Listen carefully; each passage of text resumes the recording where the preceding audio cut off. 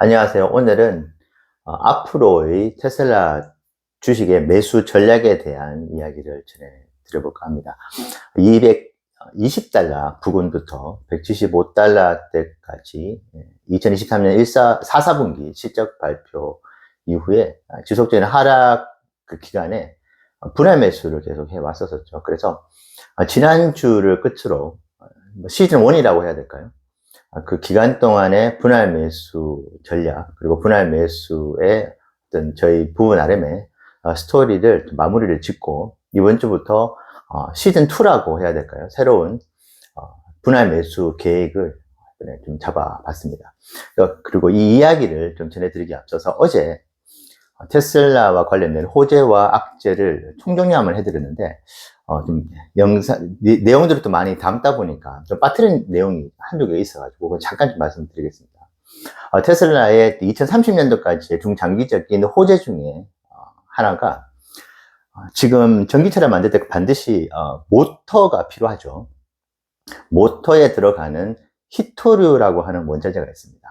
현재 중국에서 그 히토류를 가지고 히토류 헤게모니를 잡고 그와 관련돼서 전기차의 글로벌 확산에 유용하게 활용을 하고 있는 것이 바로 중국에서 생산되는 이 히토류인데요.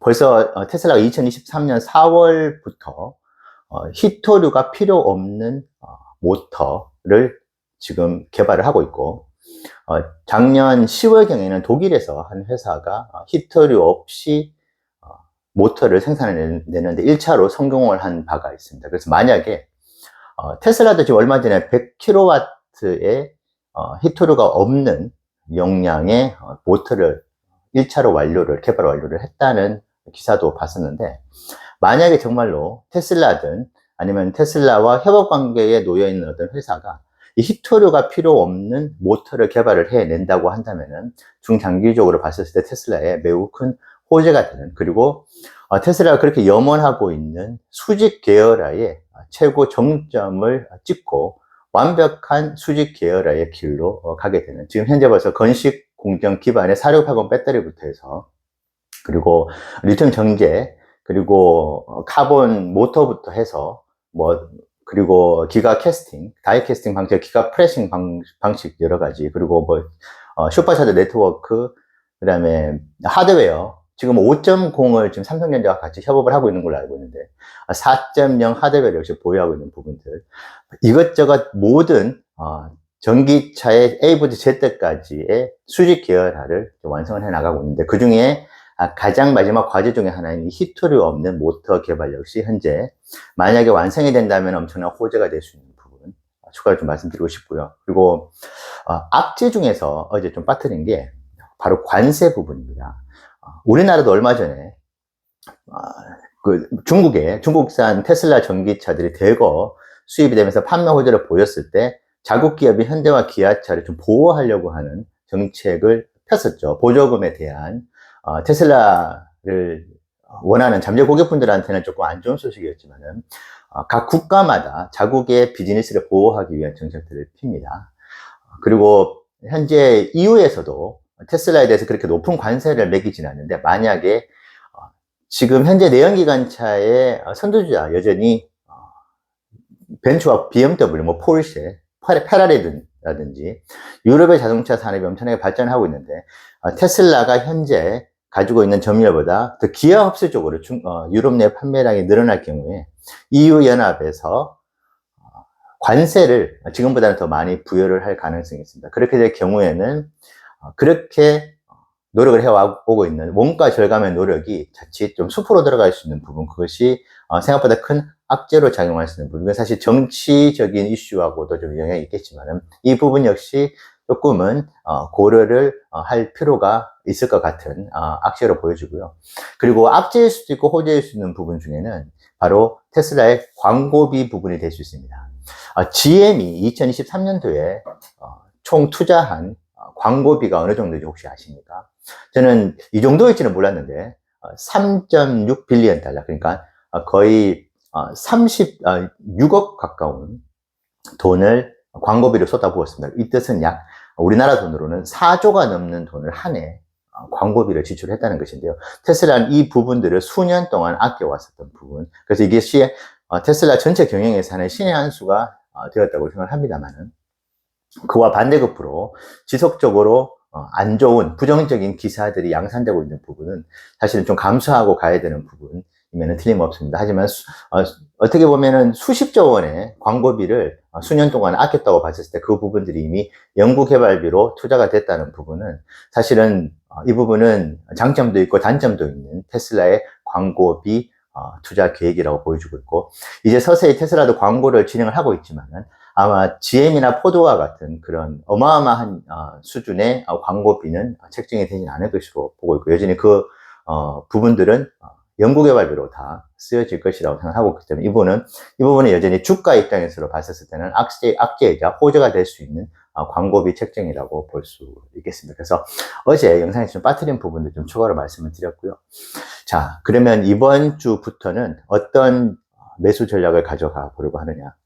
사실은 이전 영상에서 말씀드린 바와 같이 3,000주가 넘는 테슬라 주식을 보유할 계획은 2030년까지로 잡혀 있었다가, 이번에 저희가 설계했었던 어떤 시뮬레이션보다 거의 30에서 50%가 낮아진 가격이기 때문에 사실은 3년에서 5년 이후에 매수를 할 모든 물량을 이번에 다 매수를 하고 있다는 말씀을 드렸었지 않습니까? 그래서 이미 충분히 모을 만큼 모았다는 생각을 하고 있음과 동시에 여전히 $170대의 주가, 그리고 하방 압력이 더 있다고 한다면 다시 없을 기회가 될 수도 있기 때문에 추가로 매수를 할 계획을 가지고 있습니다. 하지만 이번 시즌2라고 말씀드렸던 시즌에서는 총 5월 31일까지 좀 잡아봤어요. 그래서 총 58일 동안의 매수 계획을 좀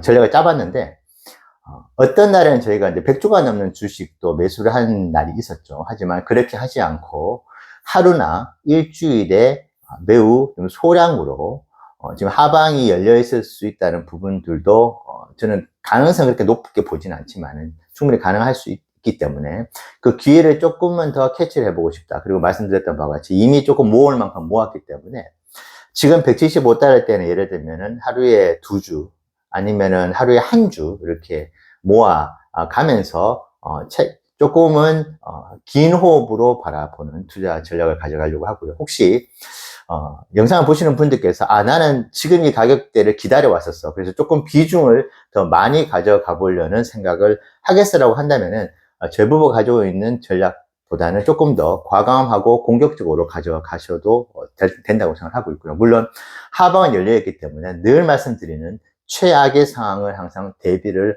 하고 매수 전략을 세우고 있다는 부분을 꼭 말씀을 드리고 싶고요. 그래서 가지고 있는 시드머니를 잘 배분을 해 나가시면서 보유 수량의 어떤 원칙과 전략에 맞춰서 진행해 주시면 좋겠고, 일단 저희 부부는 오늘도 지금 마음 같아서는 사실 뭐 10주, 20주 이렇게 모아가고 싶지만은 조금은 여유롭게 그리고 조금 초심을 한번 돌아가 봤었을 때 1차로 생각했었던 목표 2,500주, 그리고 최종적으로 일단 생각하고 있었던 3,000주를 모아놓은 상태이기 때문에 여기서 더 욕심을 부린다기보다는 조금은 긴 호흡으로 여유롭게 한 주씩, 뭐 일주일에 1주라도 좋고 일주일에 2주라도 좋고, 물론 주가 상황을 봐야 되겠지만 만약에 하방이 더 크게 열려 있는 상황으로 만약에 가게 된다면은 그때는 조금 더 공격적으로 모아가는 전략으로 바꿀 수는 있겠지만은 현재 상황에서는 더 좋은 기회를 잃어버린다 하더라도 지금 조금씩만 모아가려고 하는 계획을 가지고 있고요. 그리고 마지막으로 지금 비트코인 가격이 우리나라 돈으로 이제 1억이 넘어갔지 않습니까? 근데 이 말씀은 꼭 들어보고 싶습니다. 저는 이제 비트코인 투자 계획은 전혀 아직까지는 없고, 제가 2023년 1사분기 테슬라 실적 발표를 한번 보려고 영상을 보다가 우연찮게 2022년도 1사분기 실적 자료를 봤는데, 테슬라 실적 발표가 있기 전에 넷플릭스의 넷플릭스 실적이 나온 그 자료가 있더라고요. 근데 너무나 충격적이었던 게, 실적 발표에 어떤 실망감으로 인해 가지고 하루에 35%가 하락을 한 그런 케이스가 있었습니다. 그래서 넷플릭스가 122달러까지 하락을 했었던 2022년 1사분기였습니다. 지금으로부터 약 2년 전이라고 할 수 있죠. 자, 근데 지금 주가가 얼마입니까? 지금 600달러가 넘어갔습니다. 2022년 1사분기 때 넷플릭스에 대해서 어떤 이야기들이 나온지 아십니까? 이제 더 이상 망했다. 그리고 팡이라고 했었을 때 그 N이 넷플릭스였는데 어떻게 보면 넷플릭스 때문에 팡이라는 단어가 사실은 사라지게 되었던 것이죠. 그리고 더 이상 구독료 이외에는 사업에 더 이상 성장이 없고 정체기에 있고 이제는 사양기로 들어간다고 했었던 넷플릭스였습니다. 자, 근데 2년 후에 거의 5배가 넘는 주가 상승이 있는 그런 넷플릭스입니다. 그리고 저희는 팔란티어를 12달러에 익절을 했는데 지금 27달러를 기록하고 있더라고요. 그리고 500달러까지 간다는 이야기도 있는 그런 넷플릭스를 12달러에 익절을 했습니다. 그리고 팔란티어, 예, 팔란티어가 그랬고요. 그리고 아마존은 2000달러일 때 10%를 이익을 보고 매도를 했습니다. 그 당시에 20대 1로 액면분할 하기 전이었으니까 지금 기준으로 보면 그 당시 100달러에 제가 매도를 한 건데 지금 175달러를 하고 있는 것이고요. 저희 부부의 어떻게 보면은 익절을 한 역사임에도 불구하고 흑역사로 남아 있을 수도 있는 것이죠. 지금 그렇게 매도를 한 주식들은 홀홀 날아갔기 때문입니다. 그리고 넷플릭스 역시 저희가 450달러 때 익절을 했는데 지금 600달러를 하고 있는 것이고요.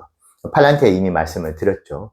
팔란티어가 만약에 300달러, 500달러를 정말 가게 되면은 정말 땅 안 치고 후회를 하지 않을까 싶습니다. 그래서 이 테슬라를 지금도 상대적 박탈감이 물론 있지만은 모아가는 이유는 지금 일어났었던 수배의 5배가 넘는 어떤 그런 상승을 보여온 주식들은 지금 테슬라와 같은 그런 시련의 시간들을 다 겪었던 횡보디아는 더 말할 나위도 없는 것이고요. 그래서 저희 부부는 다른 주식 자산에 관심을 두는 것보다는 지금 이 기회가 어떻게 보면 테슬라 주식 투자에 있어서 마지막으로 앞자리가 1인 상태에서 모아갈 수 있는 기회라고 생각하고 지금 다른 자산에 불타기를 하는 것보다는 차라리 테슬라에 물타기를 하는, 그래서 하락할 때마다 분할로 매수하는 전략을 이번 시즌2에도 계속 진행을 해 보려고 합니다. 물론 결과는